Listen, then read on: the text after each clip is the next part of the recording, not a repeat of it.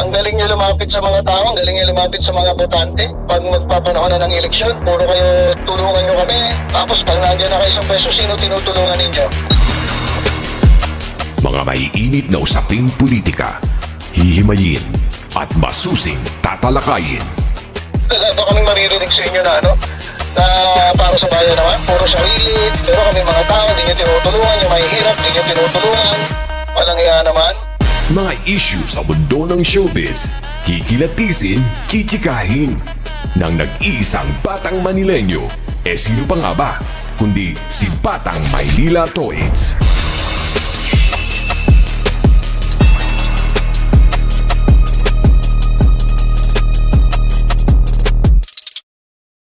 Yon, magandang hapon po sa inyong lahat mga kababayan. Batang Maynila Toys, pag-usapan natin itong nasa ating screen. Lakihan ko para makita ninyo guys. Yan.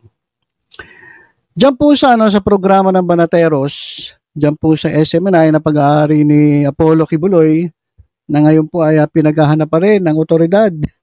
Dahil po doon sa napakarami niyang kaso ng human trafficking, child abuse, rape. Ito hanggang ngayon hindi pa po nagpapakita.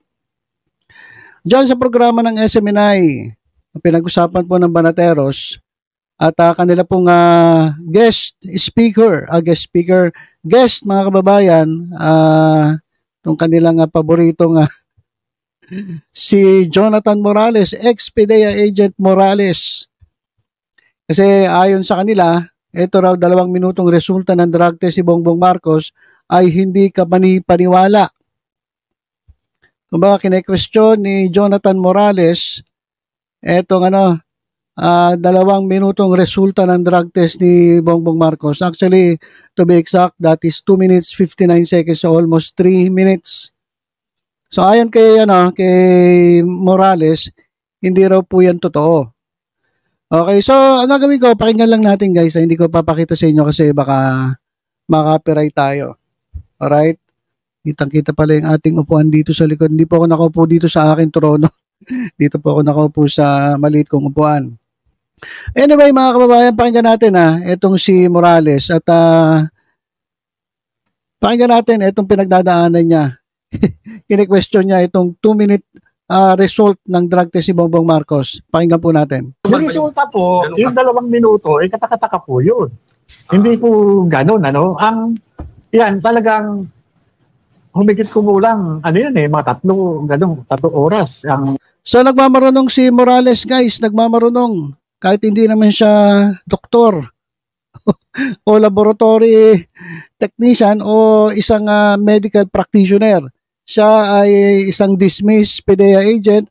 Siya ay dismissed na police at tambak-tambak ang kaso. Siya po ay ayon nga kay Senator Jingo Estrada, hindi ka pinipaniwala at itong taong ito ay ubod ng sinungaling. So yan po yung kanyang credibility. At kine-question niya itong 2-minute drug test ni Pangulong Bongbong Marcos, dating Senator Bongbong Marcos. Hindi raw yun totoo at hindi raw imposible daw. Kahit hindi naman siya doktor. Hindi naman ako eksperto sa ganyan. Pero usually, tumatagal ng mga ilang oras yan. Kaya nga, yung pinipresenta na yun, doon pa lang may discrepancy na. Dapat, nagkaroon na kagad ng motu proprio investigation. Bakit yung mga pag-i-interest natin sa ibang alleged drug offender, talagang mabilis tayo magsagawa ng investigation. Tama po. Pero bakit dito? Como ba yan? Presidente o cabinet secretary o kung sino man yan, hindi ka na magsasagawa. Kaya nakalagay naman sa batas ang Pangulo, meron siyang immunity from suit.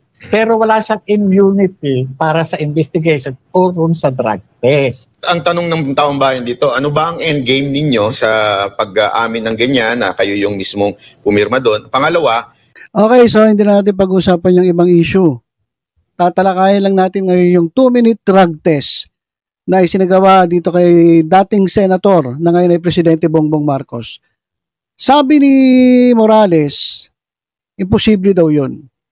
Although hindi siya eksperto, inamin niya, usually daw yan tumatagal ilang oras, ganyan. So ito guys, pakinggan mismo natin sa mga eksperto. Kasi hindi tayo dapat makinig dito sa hindi eksperto. Ba't kayo makikinig dito kay Morales? Hindi, inamin niya, hindi naman siya eksperto. At ang dami ng tao na nagsasabi na napakasinungaling na ito ni Morales. Ba't kayo makikinig dyan? Ito guys, makinig tayo dito sa mga eksperto. Ito yung pakinggan natin. Hindi si Morales na ubod ng sinungaling. Alright? Ito guys, pakinggan natin yung yung sinabi mismo ng mga eksperto dyan po sa St. Luke's. Sila po kasi nagsagawa ng drug test kay dating senator na ngayon ay President Bongbong Marcos. Ito, panoorin natin. What about St. Luke's? Anong tanong natin dito? Ha? Tungkol dun sa Drug time, test na? time ano? Yung 2 minutes na drug test. Yes. Sino nagsabi ng 2 minutes? Ikaw yun, Morales. St. Luke's. Rather, yun yung nakalagay dun sa, sa report nun. Yes, nabasa ko. Thank you. St. Luke's. Maybe, Dr. Yes, sir. you were the one who signed this? Yes, sir. Can you just explain before the committee, ano raw yung kinocomplain lang yung 2 minutes lapse? Or 2 whatever? minutes and 54 seconds. Yeah, before you answer the question, please introduce yourself para malaman namin yung qualifications mo, ma'am. Good morning po. I am Dr. Maria Cecilia Lim. I am the laboratory head of the drug testing. Before that, Doctor, I'm sorry to interrupt, Mr. Chair. Can we have our surprise witness be seated here? And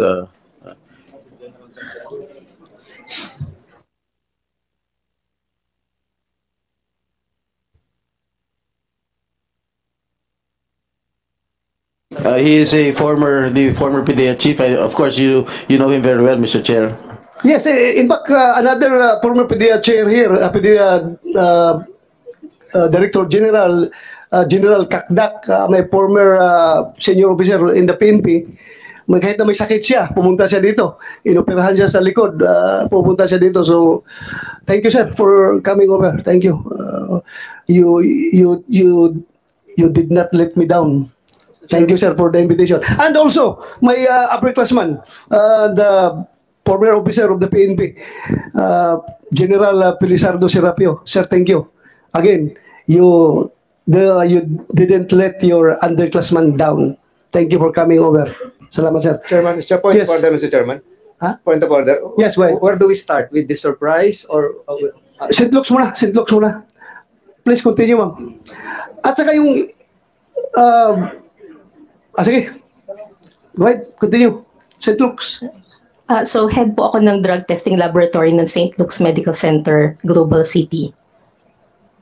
So yung 2 minutes and 54 seconds po, kaya po talaga ng drug testing kit. Yun!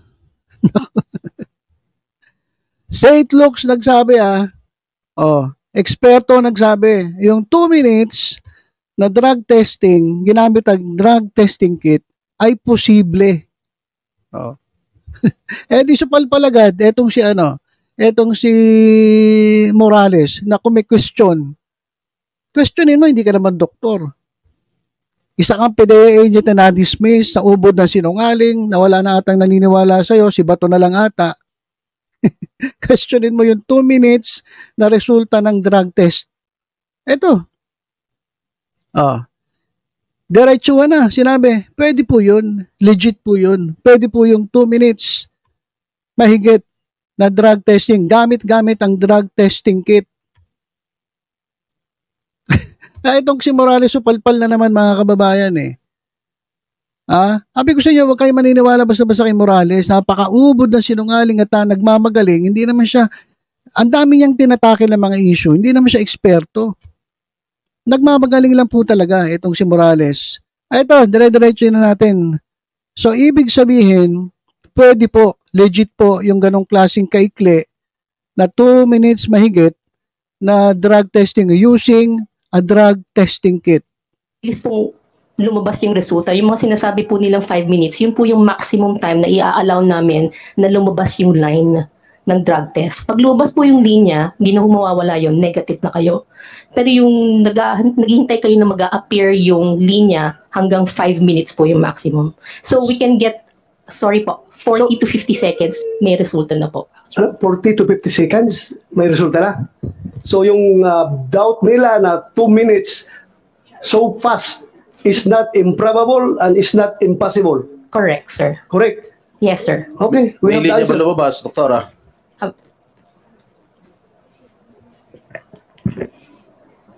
Good morning Please po. identify yourself. I'm Jereza Reyes, the drug analyst from St. Luke's Medical Center, Global City. So as the analyst po, yes, may lumabas po na line. So sa drug test kit po natin, meron dun yung control line at saka yung line for the drug analyte. So dun po sa resulta, may lalabas po dapat siya talaga na line as negative. Negative. Yes. Negative. Yes po. All right. Will that satisfy everything? Mr. Chairman. Yes, Mr. Chairman. go ahead, Senator Escudero. Permission of Senator Jinggoy. On this point, Dr. Fernandez, and to Ms. Reyes, yung 2 minutes and 54, 57? 54. Ito yung oras na lumipas mula nung inilagay yung sample dun sa makina hanggang lumabas yung resulta. Tama po ba? Sir, hindi po makina. Ito po ay drug test kit na para pong pregnancy test kit or So, parang para yung ginaganon? COVID. Hindi naman po. Ida-drop mo lang yung urine sa one end, tapos hihintayin mo na lang siya. So, wala hindi pong ito, makina. hindi ito yung kabuuang proseso ng kinuha yung urine na 2 minutes lang. Yung transaction time po is the specimen collection. So pag abot po nung sample, tapos gagawin na niya. At yung rule ng DOH, hindi pwedeng lumampas ng, Wala pong rule ng DOH. hindi pwedeng mas mabilis kesa, ano yung 5 minutong binabanggit niyo po kanina? Yung drug test kit po na ginagamit namin, hanggang 5 minutes po, pwede niyong basahin. Now, I remember the press con of then Executive Secretary, no, he was not yet Executive Secretary that time, he was about to be, Vic Rodriguez. Sabi niya, tinest daw po sa lahat ng uri ng droga. Ano-ano pong klase ng droga tinest o lahat po ba kasama? Kanino po? Kay Yung test po na ginawa ninyo, cocaine lang po ang pinagawa. cocaine lang po ang pinagawa. Opo, Hindi po kasama ang iba. hindi po. Yung resultang yun po ba isinapubliko? Ano po? I saw it on GMA, read it on in the papers. The results of the drug test. Is what? If I may Nanggaling answer, po sa amin? if I may answer, Senator Cheese, this was widely publicized in 2021, if I may recall, if my memory serves me right. So it was publicized, ma'am. It didn't come from St. Luke's. It We do came not from know. the person tested. So, Personally. Mr. Senator Chis, yung drug test na ito na pinag-usapan na ito, yung sinabi ni Executive Secretary Rodriguez, this pertains to the drug test that you made on the former Senator Bongbong Marcos? Yes. Yung ba ibig mong sabihin? Yes. Opo. Yan yun? Opo. So, you said that particularly cocaine ang tinitest ninyo. Why cocaine? Yun po yung hiningi niya Hiningi ni nung pasyente. sinong pasyente? Si Marcos po. President Marcos. Then, Senator Marcos. Yun ang gusto niyang hingin about cocaine. yun po lang ang So, hiningi niya. your laboratory is capable of tracing cocaine residues doon sa ihi ng pasyente. Yes po. So, iba yung ginagamit nyo sa cocaine, iba yung ginagamit nyo sa sebo. Iba rin Opo. gagamitin ninyo sa marijuana. Am I correct? Opo. Pero kung ako walk-in lang ako, pupunta ako doon sa iyo, I want a drug test. Anong gagamitin ninyo? Kung ano pong hihingin nyo. Oh, may ganun ba na hingin? Kasi lahat ng tao dito sa Pilipinas magpa-drug test. Hindi ba nagtatanong na itest nyo ako sa cocaine? Itest niyo ako sa Cebu. Itest niyo ako sa marijuana. Wala. Pupunta ako sa inyo, magpa-drug test para pag mag-negative, dalhin ko yung dokumento, nag-apply ako ng trabaho. Yun lang naman ang ginagawa natin. Hindi naman kami nagre-request sa inyo ng itest niyo ako sa cocaine. Itest niyo ako sa Cebu. Itest niyo ako sa marijuana. Hindi pupunta ako sa inyo. Please, conduct drug test. Oh, negative. Salamat. Dalhin ko ito sa in-apply ako ng trabaho. Oh, wala ako negative ako. Bakit in-specify na cocaine? Alright, so cocaine siguro. Kasi yun yung binibintang eh. Di ba yung sinisigaw ni Duterte? Siguro during that time, lumalabas yung mga issue dati na gumagamit ito si Senator Bongbong Marcos ng cocaine. At yun din sinasabi ni Duterte, di ba? Di yung sinisigaw ni Duterte, gumagamit ito ng cocaine. Gumagamit itong ating presidente ng cocaine. Cocaine lang naman yung sinasabi. Siguro, siya yun yung na-request ni Senator Bongbong Marcos. Mate siya ng cocaine. Alright, kasi yun yung under question eh. Sinasabi ng mga tumitira sa kanya, sumisira sa kanya. Ito si Duterte, lately, di ba sinabi niya, ito ang ating presidente, bangag to. Itong presidente natin, gumagamit ng cocaine, drug addict to, cocaine, gumagamit ng cocaine. Oh, tapos ngayon, ito, lumabas na negative sa cocaine. Galit ka pa rin. Ay, dapat i-test natin sa fentanyl. Gusto nito i-test lahat. Fentanyl, shabu, lahat-lahat. Yun lang yung drugs in question eh. Kaya pagdating dun sa mga tayo naman kasi, iba kasi alam ko iba ang ginagamit na testing kit kapag mag-apply ka ng trabaho. Pero kung gusto mo mag-request ng talagang particular na substance, pwede mo i-request yun. Pero, pagdating kunyari mag-apply tayong trabaho, di ba, general naman yan. General naman yung drug test eh. Usually, tinitingnan dyan, shabu, marijuana, di ba? So, ako wala akong problema kung cocaine lang yung yung pinagawa ni Presidente Bongbong Marcos then Senator Bongbong Marcos. Sure ka? Usually cocaine po kasi, ang hiningi ng pasyente ng panahon na yun? Opo. Mr. Chairman. Okay. Mr. Chairman. Thank you. Okay, so yan. Maliwanag na guys, maliwanag na yung 2 minutes na kini-question na itong Banateros, ng mga DD shit na ito ni Morales, itong drug test, 2 minutes result sa drug test ni Presidente Bongbong Marcos sa cocaine, legit po yan mga kababayan. Legit mismo, galing sa eksperto. O di supalpal na naman mga kababayan, itong mga naglalabas ng kung ano-ano na lang issue para lang siraan itong si Presidente Bongbong Marcos. So, yun lang mga kababayan. Simple. Kapag kasi mayroong mga ganyang issue, dapat makinig tayo sa eksperto, hindi dun sa nagmamagaling lang. At lalong-lalo na huwag tayo maniwala dun sa mga tao na yung kredibilidad ay sobrang sirang-sira na at hindi ka panay-paniwala at tad-tad ng kaso. Lalong-lalo na yung isang kaso. False testimony. Ibig sabihin, magaling siya maggagawa ng kwento.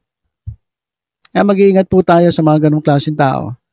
Okay, so ayan mga kababayan, supalpal na naman itong mga DD shit na ito. At yung 2 minutes na resulta, legit po yan ayon mismo sa eksperto. Alright, so yun lang mga kababayan, tutok-tutok lang po dito sa Batang Maynila to sa iba pang updates. Ingat po tayong lahat. God bless po.